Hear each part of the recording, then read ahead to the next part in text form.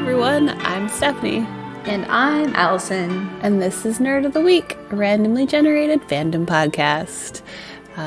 Generator, would you like to remind everyone what the word we rolled is this week? The word of the week is wheel. Wheel. Wheel. Wheel, wheel, wheel. Wheel, man. Oh no, it's going to be all wheel jokes all the way down.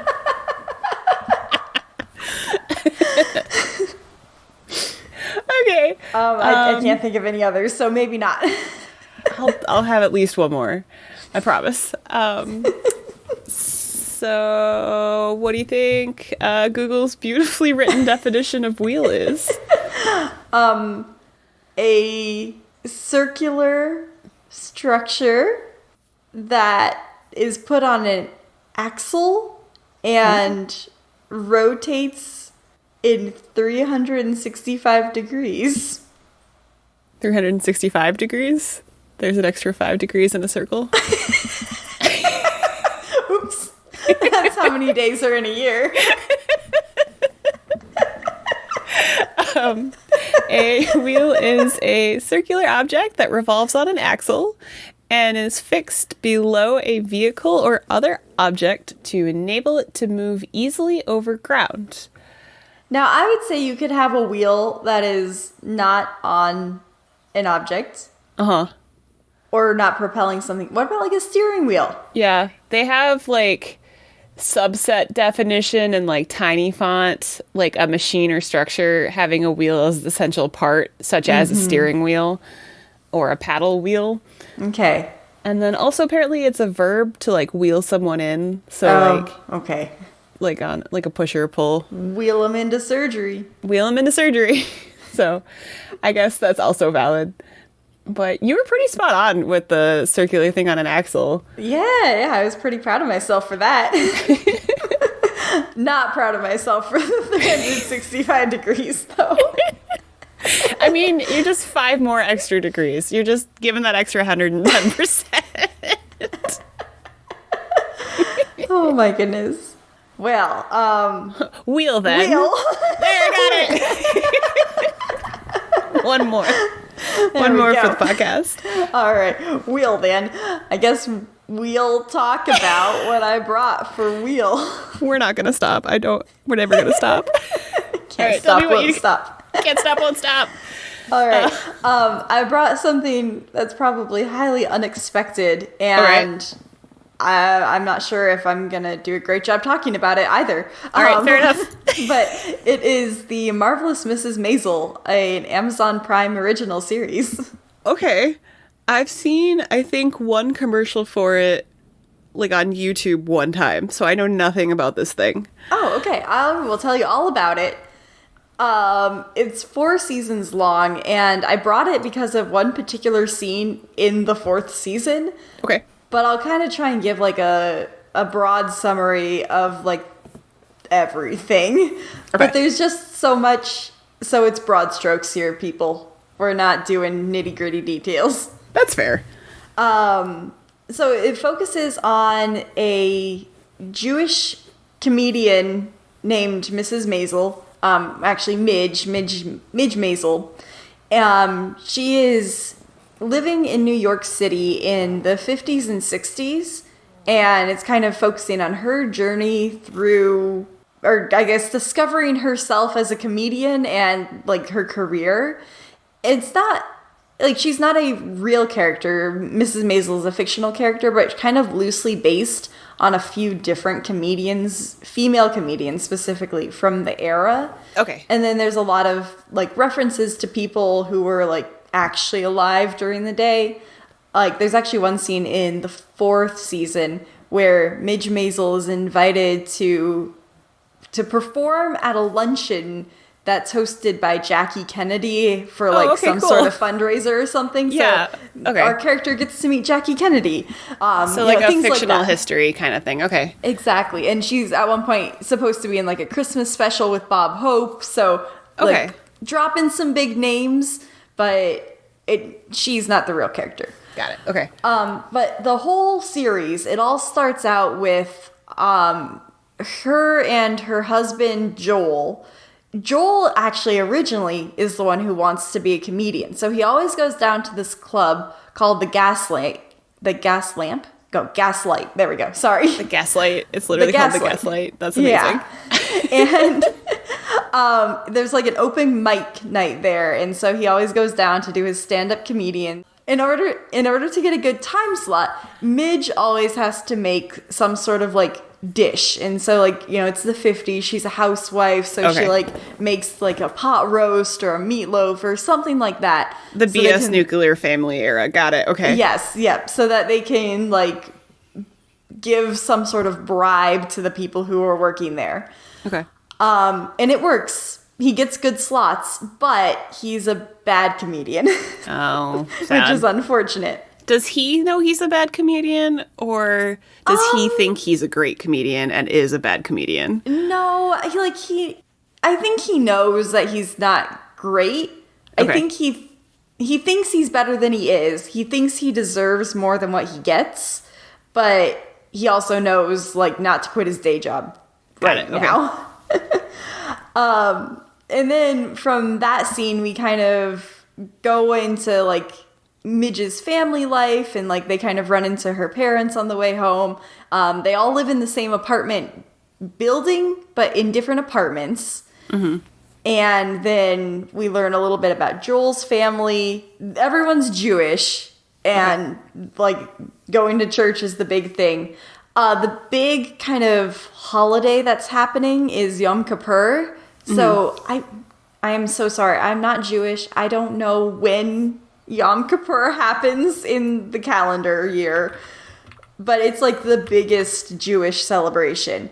And I think it's like nowish. I think it's like October time now? frame. Maybe. Yeah. Maybe. And then there's like the only thing. So I just recently watched a random tangent, an interview with Mayim Bialik, and she was talking about Yom Kippur, and there's like a big horn that you blow as part of like a ceremony. And I'm pretty sure they were talking about it in this time frame. Now, it could have just been a clip that I happened across, but I think I don't really know much beyond that, so I'll stop trying to explain. No, that's okay.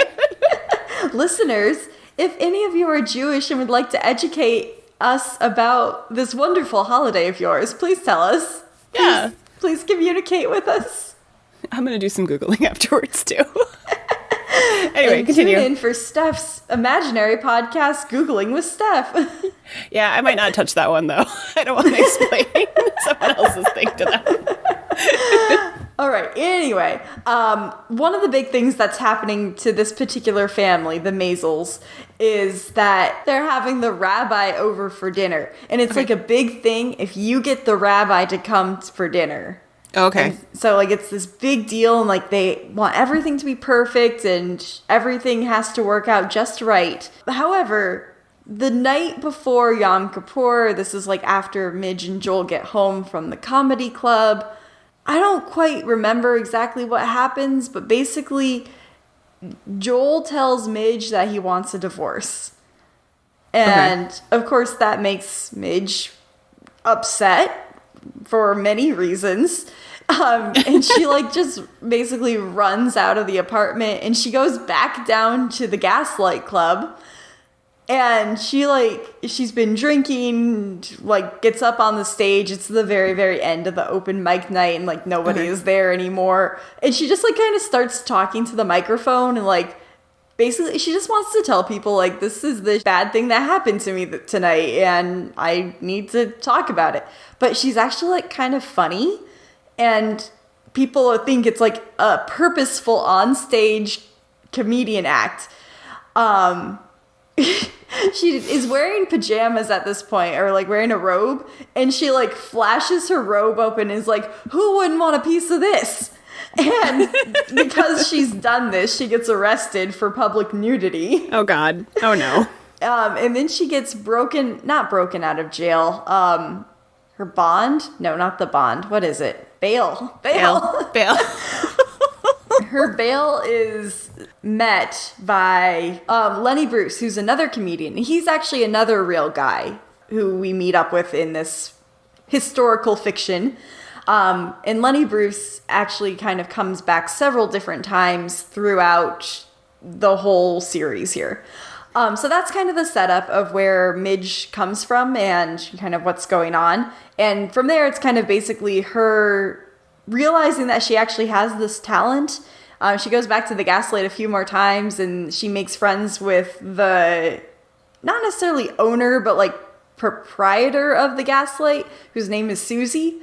And she's this like really short, butch-looking character, and like she has kind of that classic New York, like, hey, I'm walking here kind of thing. The Boston accent. Yeah.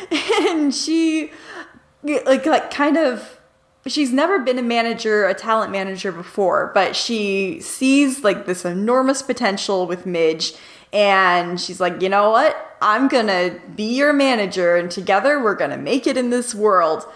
And so basically all of the seasons are just different things of like, how is Midge extending her career? I will say kind of like one big critique that I have of the series is like every time she catches a big break, or like any break at all, like has any sort of success, like they kind of make it like the climax, like, oh my gosh, look how successful she is, and like everyone must know her name, and she's so famous, and like all these things. But then like they have to kind of ramp each subsequent season up. So it's like, oh, you thought she was actually doing well? Well, it turns out she's not. Like, she has terrible press reviews. Or like this club that she performed in, there were only actually 10 people in the audience. Like, they build up the drama on purpose, like for the story to be compelling, which I get. Sure. But then they have to kind of like tone down those achievements to make the next achievements sound even bigger, essentially. Yeah, it's So like a there's power. just- It's kind of like a power scaling thing. Yeah, I gotcha. but Okay. It's just like, it's a little disarming because like you're rooting for her and you're like, yeah, she's doing great. And then like they have to kind of tell you like, actually, no, she's not doing great. And it's just, I don't know, whatever, jarring to me, but the rest of it's great. Okay. I can see how that would be frustrating. Yeah, but it's okay. There's several other people throughout this entire show, and they all have wonderful little side stories. I think one of my favorite little side stories is kind of the dynamic between her real name is Marion. Okay. She goes by Midge, and Got it. her stage name is Mrs. Maisel. Okay. So anyway, the kind of the character dynamic between Midge's parents and then Joel's parents, they don't exactly get along, but due to circumstances that I can't quite remember, I do remember them actually. Marion's parents are forced out of their apartment, and it's because Marion's father, he was a mathematician professor at a university, but he like kind of has a midlife crisis and quits his job. Fair. And so now they have no money, so they have nowhere to live. Whereas Joel's parents, they had moved out to Queens, and they had this big fancy home, and they were always talking about like, oh, how nice it is, and you should come visit us out in Queens. And as it turns out, Midge's parents now have to move out and live in Queens with Joel's parents, while Joel and Midge are split up. So, Okay. I don't know, just like the way the parents are, it's very funny. I think they're kind of like stereotypical parents. Sure. Like Midge's mom is kind of like worrisome, but like wants to keep up appearances, but like still kind of loves her daughter. And it's a kind of challenging but lovable dynamic, I guess. Okay. Her Sure, father okay. is like, well, as I said, he was a mathematician professor. He's kind of like very pedantic. I'd say almost, if you're familiar with Big Bang Theory at all, he's almost Yeah. like Sheldon, Okay. Yeah. where he's kind of like, this is how things are supposed to be, and like, why would you say Never such and change such it, metaphor if that's not what you actually meant? Like, Say what you mean. Okay. Yeah. Okay. Yeah. So he's kind of that kind of guy. However, like back in the day when he was in college, apparently, and this is part of the reason why he had like this terrible midlife crisis and quit his job, he'd been like some weird like rebel or whatnot, and oh gosh, what's the word for this? What am I looking for? He was like a communist kind of guy, I guess. Communist guy? A protester? I don't exactly know what I'm trying to say. Okay.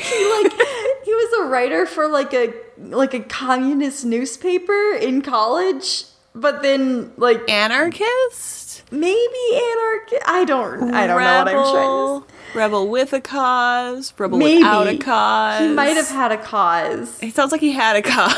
I think he had a cause, but he wasn't sure what the cause was. Or they didn't make it very clear in the show, at least. Youth. We're gonna go with youth. Yes, he was a youth.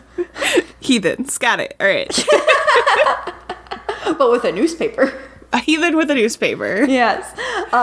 So anyway, that's like his weird like childhood backstory that like informs a little bit of his character now. Let's see. And then Joel's parents. Joel's dad is a businessman and he runs like a fabric business in like the fashion district of New York. And he's very like business minded, and at one point later in the series, Midge tries to buy back her and Joel's old apartment, but Joel's father actually owns the apartment and is selling it to Midge, and he's actually lending her money to buy it from him and like takes out a loan to himself, basically. It's very strange. But he's just like, Marion, I need my money now, and if you don't have a job, how are you going to pay me? Oh gosh, okay. He's very money. money centric, essentially. Uh-huh. And then Joel's mom she's also kind of like, you know, a stereotypical New Yorker. She's got like kind of a raspy voice. Mm-hmm. And she like is very into her grandchildren. Okay. So Joel and Midge's son is Ethan, and whenever Ethan is like in Queens with her, she's always like, Ethan, where are you? It's time for lunch.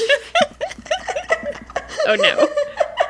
So she's also kind of like typical housewife, and like I don't think cares too much what other people think. She's very self-centered and old-fashioned in a way, I guess. So they're some of my favorite characters, though, in the series. I feel like even though they're kind of like stereotypical for like different types of parents, I feel like they're very well done, and they actually do have like good backstories to themselves, which is nice. Okay. Yeah. It's nice when the side characters are not just set pieces and they have their own things going on in the background. Yeah. It definitely like fills out the world a bit. It's kind of like, as well, Game of Thrones, where it's like there's so many things happening all at once and you're not sure who like actually the main character is at any given time, because they really get into like these other characters a lot. The reason that I brought this for Wheel is for, as I said, a specific scene that happens in season 4, right at the very beginning. So Midge was supposed to be going on tour with a singer called Shy Baldwin, who I don't believe is a real person. I'm gonna Google it. I should look that up, or you can look it up for me. Shy Baldwin. Yeah, Shy Baldwin. Well, the first things that pop up is Miss Maisel, so I'm gonna go with probably not real. Okay. He was supposed to be like a mix of a bunch of different singers, so like a reference to people, but not one specifically, based on the very quick Google search. That makes sense. He's supposed to be like kind of like someone in the Rat Pack, essentially. Okay. Like a crooner. Got it. Okay, cool. So he has hired Midge to be like the starting act for his tour. She does a little comedy and introduces him. He comes on, does his singing routine, yada, yada, yada. So in season 3, they'd been touring around America and things had been going great. She actually became really good friends with Shy and kind of learned like some secrets about him that he did not want getting out to the public, including his sexuality, which was, you know, not what you'd expect, essentially. Sure. And his manager, Reggie, kind of figured out that Midge knew this secret that no one was supposed to know. But since Shy liked Midge, there was nothing Reggie could do about that. Like, he couldn't just fire her because Shy would get mad and, you know, all these things. So So there were some like dynamics going on. And then one fateful night, Shai is doing kind of like a hometown show at the Apollo, which basically the Apollo is this huge fancy theater in Harlem. And I guess I should also say Shai is African American. Most of his fan base at home is African American. Okay. So Midge, you know, she's little Jewish girl. She doesn't quite fit in with that crowd. Sure. But she's like up there trying to like make jokes about Shai. Not like anything about his culture or anything like that. But she's kind of like vaguely alluding to things that she shouldn't be. And like Shai also didn't want these secrets getting out, and he was real worried about what she said at the Apollo on stage. And so there's this great scene at the end of season 3 where she and the manager Susie, they have like 2 taxi cabs full of luggage because they're about to start the overseas tour. And on the tarmac, Reggie comes out of the plane and says, "There's no room for you guys." And Midge is like, "Oh, I can get rid of some of the luggage if we need to." He's like, "No, you're not coming with us. You're fired." And so she was fired on the tarmac from her gig. Oh. So then we get to start season 4. Everybody in her family thought that she was in Europe because, I mean, she had this big fancy job. Why would she not be in Europe? Acting like she was going there. Got it. Okay. Yeah.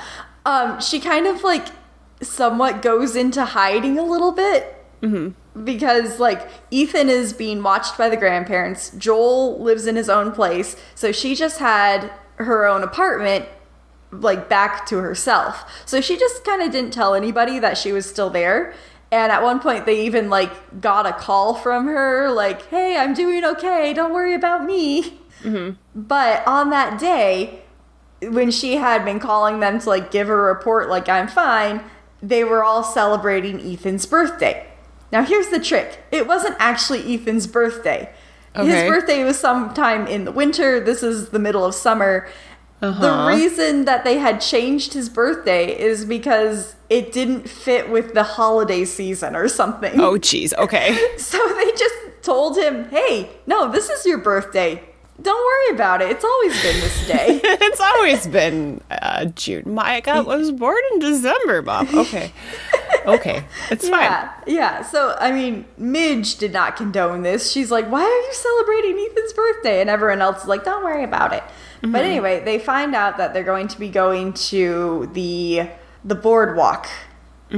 Gosh, I don't know like the fancy name for it. Just the boardwalk, right? Do you know what I mean? The boardwalk in New York? Broadway? No.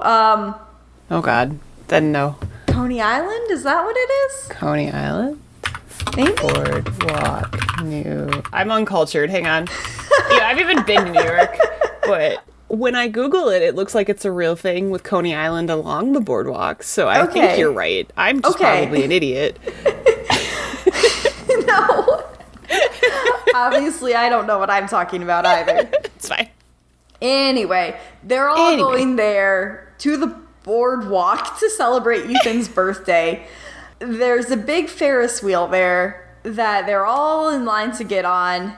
And Midge, of course, since she had called in, she heard that this was the plan. And she's like, "You know what? I gotta tell them that I'm here, that I'm back." So she goes and like meets them up at the boardwalk, and they're all like, "Wait, how are you here? You're supposed to be in Czechoslovakia right now." And she's like, "But I'm not, and I need to talk to you all." And they're like, "We can't get out of line now." They've been waiting for hours to get on this Ferris wheel.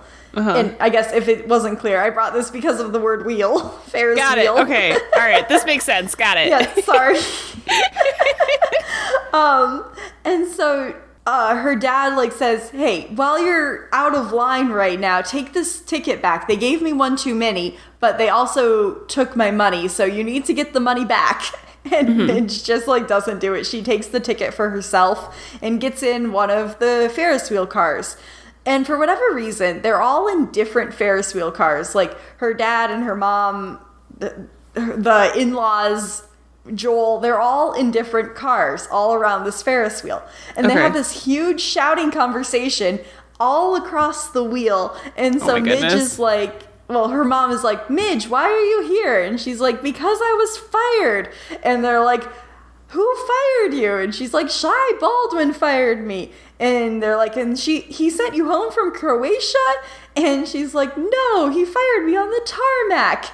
And then Joel's dad pipes in like, did I hear that you're fired? And she's like, yes, I was fired. And he's like, well, that's concerning. As your lender, I don't think that you can pay me back now. And Joel's God. like, did you say her lender? What do you mean? And so she's like, Joel, I bought the apartment back. And he's like, you bought the apartment from my father? And then he's like going all back and forth like this, all around this Ferris wheel, until finally they all get off and just like kind of like stare at each other like, what? What just happened? And then that's kind of the start of the 4th season. Got it. Okay. That sounds insane and ridiculous. It's a really good show. There's, as I said, a lot of side stories and like just a lot of different things that happen because you're focusing both on her career and just her life in general. So there's a lot of ground to cover. But sure. It is, if you have Amazon Prime, it's free and it's, I would say, quite good. Okay. And I think another season is coming soon. Okay. Maybe. Yeah. I might be wrong. It sounds very fun. Yeah. So that's about all I have for that. I'm sorry that Wheel was not very prominent in that at all. That's okay. I enjoyed your rendition, and I would probably watch it because I super love kind of set pieces that are like made now but are more like in a prior history, because it's fun to see what they like thought was important and then they try to be like era correct and then you're like, that probably wasn't there in the 50s. Right. But I will say, I think this has won some awards, and I think some of it for costuming and set design, because it's like very well done and true to form. And I mean, it is, I would say, even if you don't care for the story, like just looking at the show, it looks very pretty. Yeah. Which sometimes, I also like in my media. Yeah. There are some shows that I literally am only still watching it because it's pretty. And like the plot is just there and you're like, okay, but it's really gorgeous. Or you get like really pretty like scenery shots of places that like I've never been before or things like that. And I'm like, this is cool. I want to go to there. Yeah, it's definitely like kind of an idealistic view of New York as well. Yeah. But I mean, you can only do so much with a period piece in New York. You can't like obviously go back there and film on site.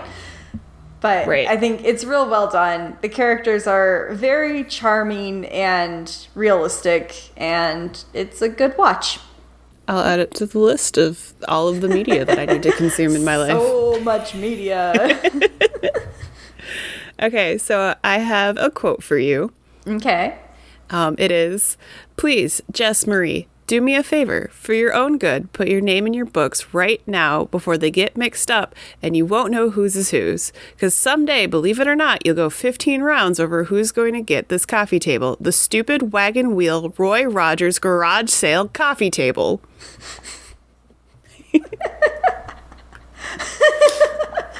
I don't think I have any idea what this is from. If you listener know what it's from, feel free to tweet at us or let us know on Facebook or Instagram, I guess. I guess. I don't know how you message people on Instagram. A direct message, DM? Go slide into them DMs? I don't know anything DM us about on that. Instagram. Yeah, please Tweet don't. us using the hashtag Nerd of the Week or hashtag NOTWP. Please tweet at us, though. We'd love for you to tweet at us or post about us on Facebook. We do have a Facebook website that you can interact with, which would be super cool. And occasionally I make TikToks at Vampire Sheep. Sheep is spelled with 3s instead of E's. That's my social media plug. Great job. I'm bringing the amazing, wonderful, beautifully written Supernatural to the stage. Oh, are you now? I am. I so am. I have been trying to find a way to weasel this in here, and I guess I could have with like vampires and some other stuff, but eventually, like, it was gonna happen. I'm gonna talk about Supernatural. Nice. I started watching this right when it came out because Wait, I was. Can I just ask? Is this one of the shows that you're still watching because it's pretty? The men in it are pretty. Also, it's done. Actually, so it's 15 seasons, and oh my god, 15 seasons? It's 15 seasons. It was supposed to be 5, and then they realized they had a fan base, and they kept going, and they made it 15 seasons long, and then they finally concluded. They were gone, and they weren't gonna. They were like, we're happy with the ending. The pandemic kind of messed up the like true ending, and they had to shoot some scenes like separately, so they had a little bit of an issue with what true ending was supposed to be, but that's a whole other thing that we won't get into. But they were like, all right, we're done. Jensen Ackles and Jared Padalecki went off to do other things, and then they just like 2 days ago released the first episode of Winchesters, which is the prequel about their parents, and Jensen Ackles has already made a appearance in it. So I'm like, I haven't watched it yet, but I'm real excited because while this show is not good, it's amazing. So I was a Gilmore Girls fan, and Jared Padalecki, who played Dean in Gilmore Girls, was cast as Sam Winchester in Supernatural. So I was like, all right, what's that? I like spooky things. It's called Supernatural, so I'll watch it. And then from 2005 onward, that led to a horrible obsession that is my whole personality now. It was originally aired in September of 2005. It is a air quotes dark fantasy TV drama that's kind of like soap opera light by the time you get to like season 5 and 6.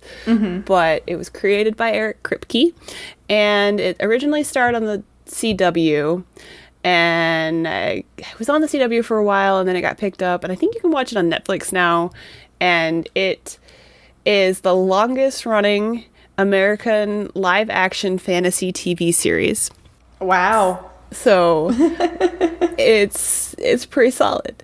The first, do you have any familiarity with the show before I like spew a bunch of lore at you? I only know that my assistants at work really like it. Okay. And they also agree that the men in it are pretty. So that's all I know. Great. Love it. They are very pretty. So it stars Jared Padalecki as Sam Winchester, Jensen Ackles as Dean Winchester. Later on, we get Misha Collins as the Angel Castiel. And then Jeffrey Dean Morgan is in there for a little while. Jim Beaver stars as Bobby. Mark Shepard comes in as the demon, who is basically Crowley, and was originally... Bobby and Crowley were supposed... Crowley. I'm getting my... oh gosh, what's it called? Aziraphale and Crowley. Yeah. Yeah. Gosh, Good Omens. Good Omens. I'm getting Good Omens in them mixed up because it's functionally the same demon, but it's just different worlds, universes, but getting those mixed. But they were only supposed to be in for like a couple of episodes, but they quickly became fan favorites, so they show up a lot, which is really cool. So Sam, we start the season, or the first episode, I think even, with Sam in college, and he is like going out to frat parties and things like that. His girlfriend Jessica is helping him study. He's trying to go into law school. I think he's pre-law and studying to get into law school. I think that's the where he's at in his life career. And one night, his brother Dean shows up at the door, and you can tell that they've had like a we haven't talked to each other in years conversation. It's a little bit tense, and Jess is trying to kick him out to be like protective girlfriend, like, you really haven't told me anything about your family other than they weren't super great for you, so like I need you to leave, Dean. And then Dean uses the line, Dad left for a hunting trip and he hasn't been back in a while, which then triggers Sam to go, wait, what? and then tell Jess she needs to step out of the room so that they can talk. And Sam and Dean are raised by their father, John Winchester, who taught them how to hunt monsters. So they're monster hunters, akin to like Buffy the Vampire Slayer, that kind of thing. And they go and they hunt vampires and Wendigo and all the things that go bump in the night. You find out they're real. They look for ghosts and that stuff. And John, their father, was hunting something, and he hasn't shown up for a while, and that's usually a sign that a hunter has died or is in a lot of trouble. And so Sam is forced back into the paranormal world, where he and Dean go to, I think it's like California, somewhere in California. I think Sam is at UC Davis, but I don't know for sure. And then they go to Jericho, California, and they discover a woman in white who is a spirit of a woman who was wronged in some capacity. I think cheated on, like, by her husband, and then she, I believe, killed herself and her children, and then now haunts this specific bridge where she killed herself, and then she takes over male victims, or she takes male victims because men are cheaters and adulterers and things like that. And so they go through a bunch of shenanigans in which the ghost actually possesses the car for a hot second. And there's a scene, like one of the first scenes is them on the bridge, and Sam and Dean are trying to figure out what's going on, and they're investigating this bridge. And Dean had earlier impersonated a federal agent who was like looking for someone, and they found out that a different guy was like, hey, were you with this guy? So they can only assume that it was their father, John, because they always go by like aliases like metal and like 80s rock band names or like singers and things like that. There's always like a reference to like the lead singer of Led Zeppelin or that kind of stuff. That's usually the names they pretend to be when they're impersonating these people. And John always has like one or two names that he always uses. So they're like, that must have been Dad. And they later go investigate the bridge where a person had been killed, and they discover the woman in white, and then they go through a series of like what happened, how to put the woman to rest, which I think usually for the Winchesters involves salt circles, like the usual like monster hunting thing, salt circles and burning the bones or the remains or whatever the person is connected to. At one point, the ghost is trying to convince Sam that he's going to be an adulterer, and he's like, I've never cheated on Jessica. And she's like, but you will. And so she's like, she doesn't care, just all men are scum situation. And then they do put the woman to rest, free the ashes. They don't find their dad, but they do find evidence that their dad is fine. And then Sam returns home to where Dean's like, this was fun. It was nice working with you again. I miss having you as a partner, because Sam was the one who he could trust to watch his back, and working alone is a way to get yourself killed. And Sam's like, I stepped away from this life. I was trying to help you find Dad. We have proof he's alive, but I can't go back down that route. Dad is crazy. I want to have a normal human life. And then he goes home and he lays down to like take a nap. Jess is at home. And he looks up at the ceiling, and Jess is plastered to the ceiling by a ghost, and then his whole apartment catches on fire. Oh, gosh. And then Dean comes back because he had dropped off Sam, and then he was kind of like hanging around, not sure what to do, and then he sees the apartment on fire and like busts Sam out of the fire. Yeah. And then that's kind of the end of the first episode. And then now Sam is on a try to find Dad, figure out what's going on, and to avenge his girlfriend, Traipse, which we eventually discover that this is how John got into monster hunting, is Mary is their mom, who died very similar to the way Jess died. There was a fire right when Sam was born, and I think she was sacrificed by the demon Azazel to give Sam demon powers, some kind of demon powers, never really clearly defined. And so through the seasons, Sam slowly discovers he has powers. He can actually exorcise demons without like Bible and like all the exorcism spells. He can just kind of do it.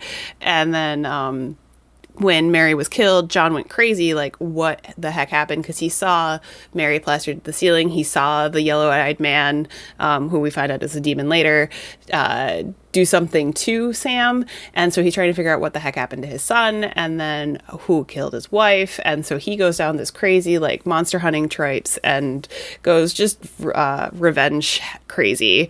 And so then that's how Sam and Dean get dragged into this whole nonsense. And then they basically get raised like warriors, raised like hunters. And so they don't really have a normal life. And so there's that. Sam took the rebellious son side of things, where Dean took the loyal son side of things. And so he's like, nope, Dad is right. We got to avenge Mom. Like, this has always been the plan. And Sam's like, this is stupid. We're going to die. And so the first 5 seasons are one complete story. That was always what was planned, was them trying to find Dad, them discovering the plot around them as brothers. What Azazel was doing to Sam was setting him up to be a vessel for Lucifer, so that the devil could come back to Earth. And so he was preparing, I think he prepared a bunch of children, and then they were supposed to like fight to the death in this like weird like arena situation, and then whoever came out on top was supposed to be like the most best vessel ever for Lucifer. And then Dean was always destined, because Sam was his brother, to be then the vessel for Michael, so that Michael and Lucifer could fight it out on Earth. Of course. And like, right. And it's very subtly done. Like, it's actually, the first 5 seasons are okay. Like, you can see it, they foreshadow it, there's like bits and pieces everywhere, and as they feed you the plot, you go, okay, I can see how this happens. And like, it's actually kind of a neat story. It's got that overarching thing with it, and then there's every episode also has like a monster of the week situation, where there's like a Wendigo to kill, or some vampires, or occasionally we get like a recurring character who is functionally Loki, who shows up and messes with the boys every once in a while.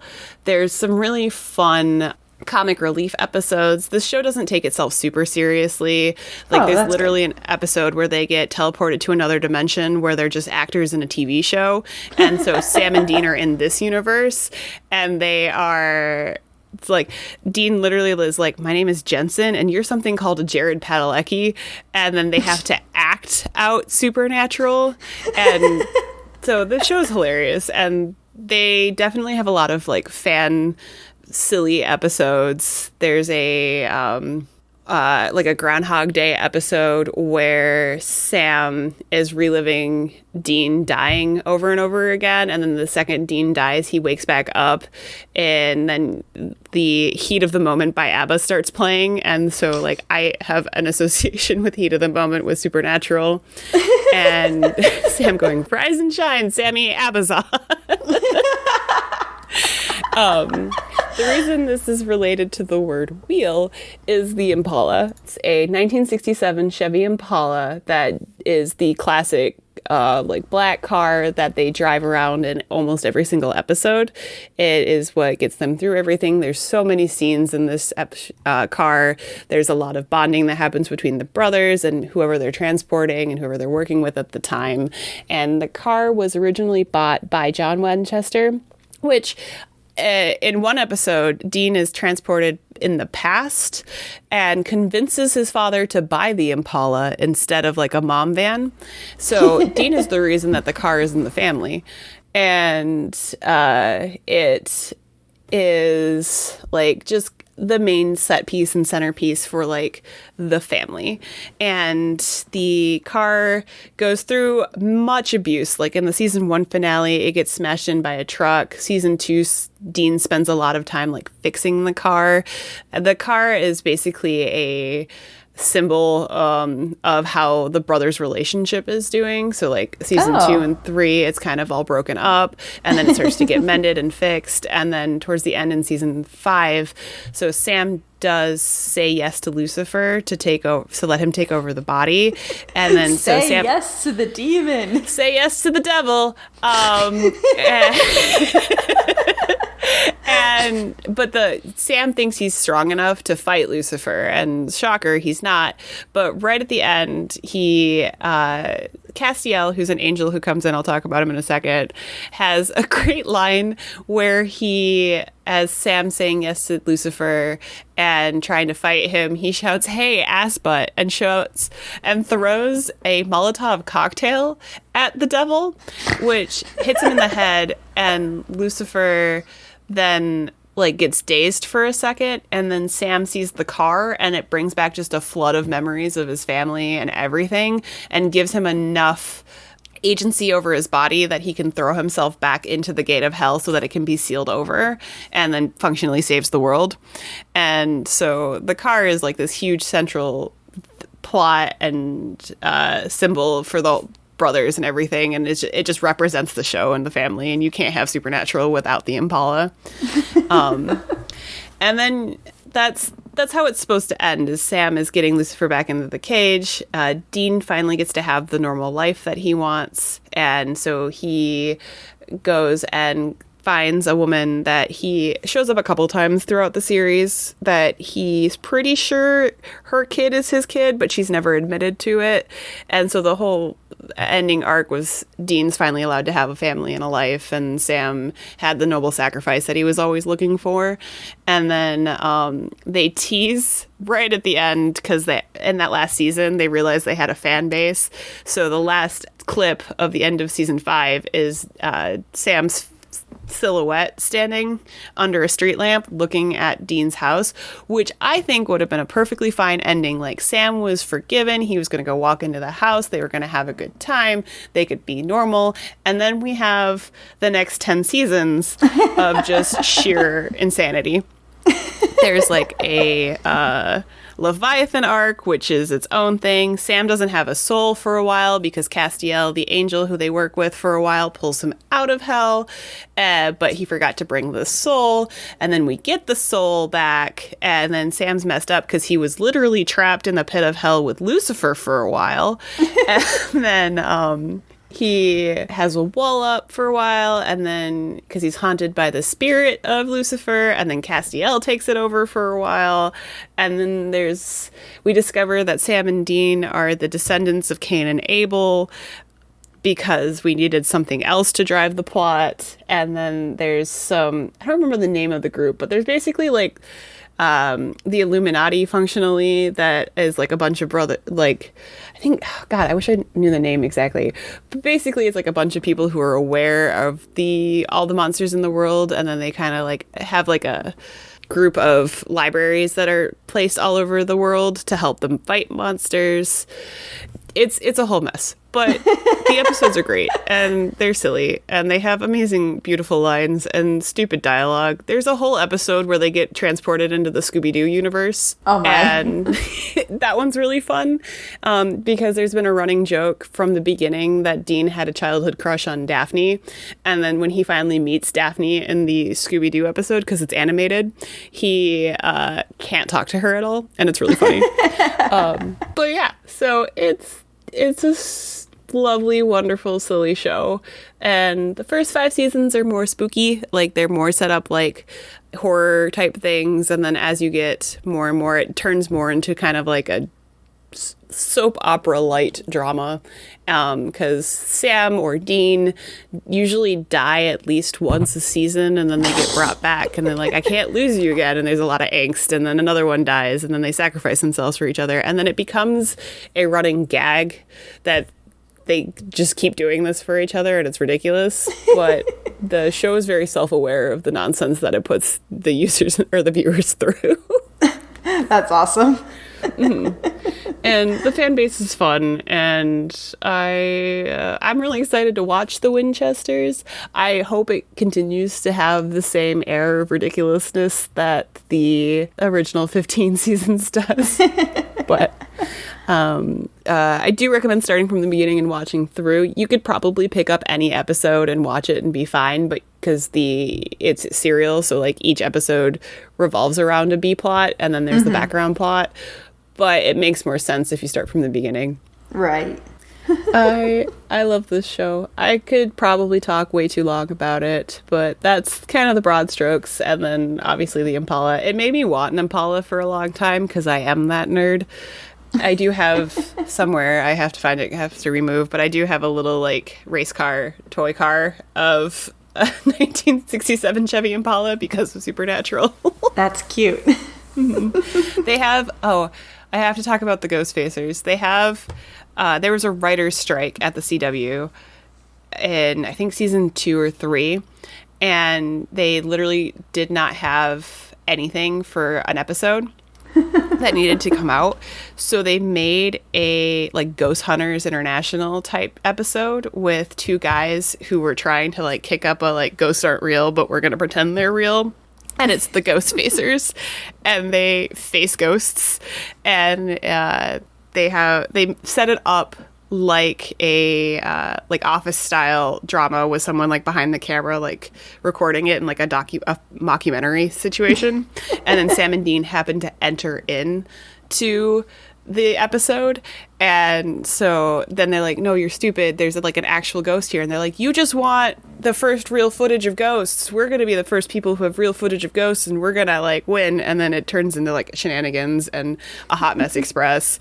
And the 2 guys who there's some undertones that like they want to date, but they, like the will they won't they situation, because they're always kind of at each other's throats, but they think Sam and Dean are tools and they don't like them, but they saved them, and they're like, it's okay, we got out of it, we have all this footage. And then Dean or Sam wiped all of their camera footage, so they're like sworn mortal enemies to Sam and Dean. Oh my. And they were supposed to be like a one-off, we don't have a writer for this episode, so we're going to just make something silly and goofy. But the fans love them so much that every couple of seasons they would show up again as like either another hunt where they were trying to get more footage of a ghost, or there's one episode where Sam and Dean lose their memories and they literally learn how to fight demons from their Ghostfacer website. It's so good. And then they literally make fun of Sam and Dean in that episode. They're like, as long as you are not the Winchesters, then you can watch our video. Oh my goodness. I love it so much. It's so stupid. So yeah, so that's Supernatural. That's good. I didn't realize it was like a funny show. Yeah, there's definitely serious episodes, but they're really good at comic relief. Like they know when something's gotten a little rough and they throw in comic relief beats, and they'll do it in an episode where they'll allude to something that was funny in a last episode, or they'll have like a whole like silly episode that's just its own thing that just makes you crack up. And I've cried laughing at many of these episodes because they're really well written, and then you can emotionally attach to the brothers, and they have consistency about them. Like they're always pranking each other, and then so the prank wars come up every once in a while, or like Sam's deathly afraid of clowns even though he knows that's not rational because he's literally fought like werewolves. But Dean will occasionally like point out clowns to him. It's funny. It's lovely. And also they're very attractive men, so that helps a lot too. Wait, who plays them? Jensen Ackles and Jared Padalecki. Did you watch Gilmore Girls? No. Oh, okay. Because I'm uncultured. I'm sorry. It's okay. You should watch Gilmore Girls too, because that's fun too. I don't know. Jensen Ackles was recently in The Boys. That's a name that I've heard of. Okay. A name of a show. The name of a show. He was... I think he's supposed to be the voice of Batman, but that doesn't really help you. I'm trying to think of... he was in Smallville for a little while, the Supernatural episode. He was in Dark Angel, which is how I originally met him, was in Dark Angel. He was on like a soap opera like medical drama for a little while, and then basically they've been on this show for 15 years, so like that's kind of what they're known for. And then Jared Padalecki has done Gilmore Girls. He also did one of the remakes of Friday the 13th, He's in a new show, Walker, which is the reboot of the not Clint Eastwood. The Walker Texas Ranger. What is his name? I don't know. Oh God, hang on. My memes. This Ranger, hold please. God, what's his name? Oh gosh. I am the worst nerd. What is your name, sir? Chuck Norris. What? Okay, hold on. Chuck Norris actually exists. Yes, yes. Chuck Norris is a real person. I'm sorry. We need to unpack this. What? I thought Chuck Norris was a character in like something from the 80s. So like, okay, I don't. Obviously, Chuck Norris exists because I somehow made him and Jackie Chan the same, not the same, but connected in my mind. And obviously, Jackie Chan is real. So yeah, of course, Chuck Norris is real. Never mind. Okay, I did notice. Sorry. I think they're in a movie together. So Chuck Norris is, they fought each other in a movie a couple of times, I think, because Jackie Chan, Chuck Norris, Bruce Lee were all the like martial arts era, and Chuck Norris is a trained black belt, and I think a couple of things. Like Way of the Dragon, and then he was Walker Texas Ranger, which is the reboot. They rebooted it with Jared Padalecki as Walker. Okay. Yeah. I will talk about a Chuck Norris film soon then. Okay, thanks. It's fun. But yeah, he's in a lot of like action movies and martial art movies. And there's where all the memes of Chuck Norris doesn't do a push-up. He pushes the earth down and it moves. Mm-hmm. Jokes that were in like the early 2000s because of That's what I remembered when you first said his name. And so I thought he must not be real. I can see how you got there. I understand. Oh, goodness. Okay. But we're there now. Chuck Norris is real. Chuck Norris does in fact exist, and he is real. Yeah. So, cool. Recommend. I always recommend people watch this.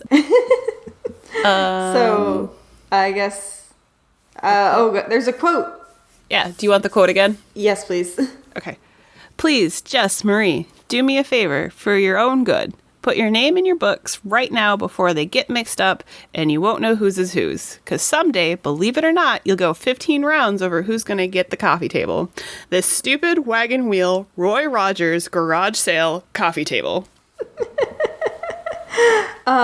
There's even a name in this quote that I feel like should give it away. But I don't know what it's from. It is from When Harry Met Sally. Oh. Have you seen?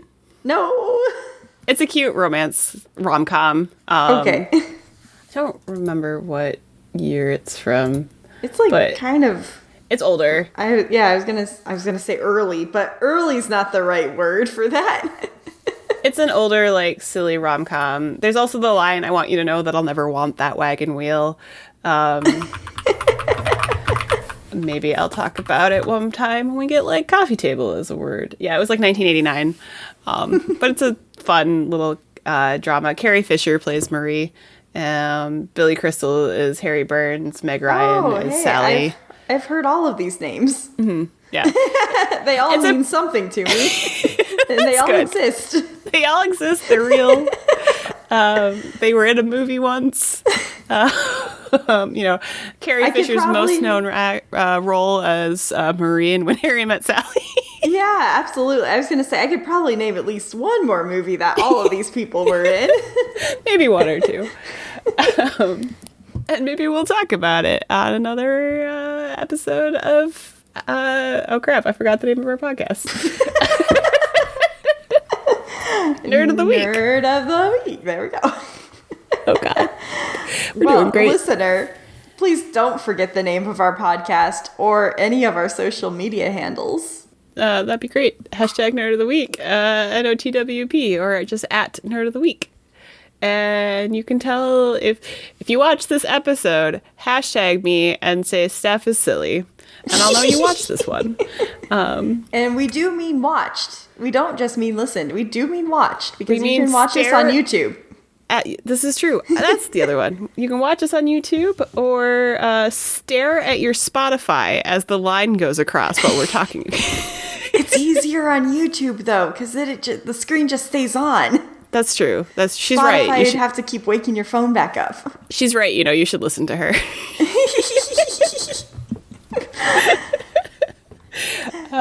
Anyway, we forgot to tell them the word for next time. Generator, I'm sorry. I do this. Don't be mad. Can you let us know what our next word is? The next word is mastermind.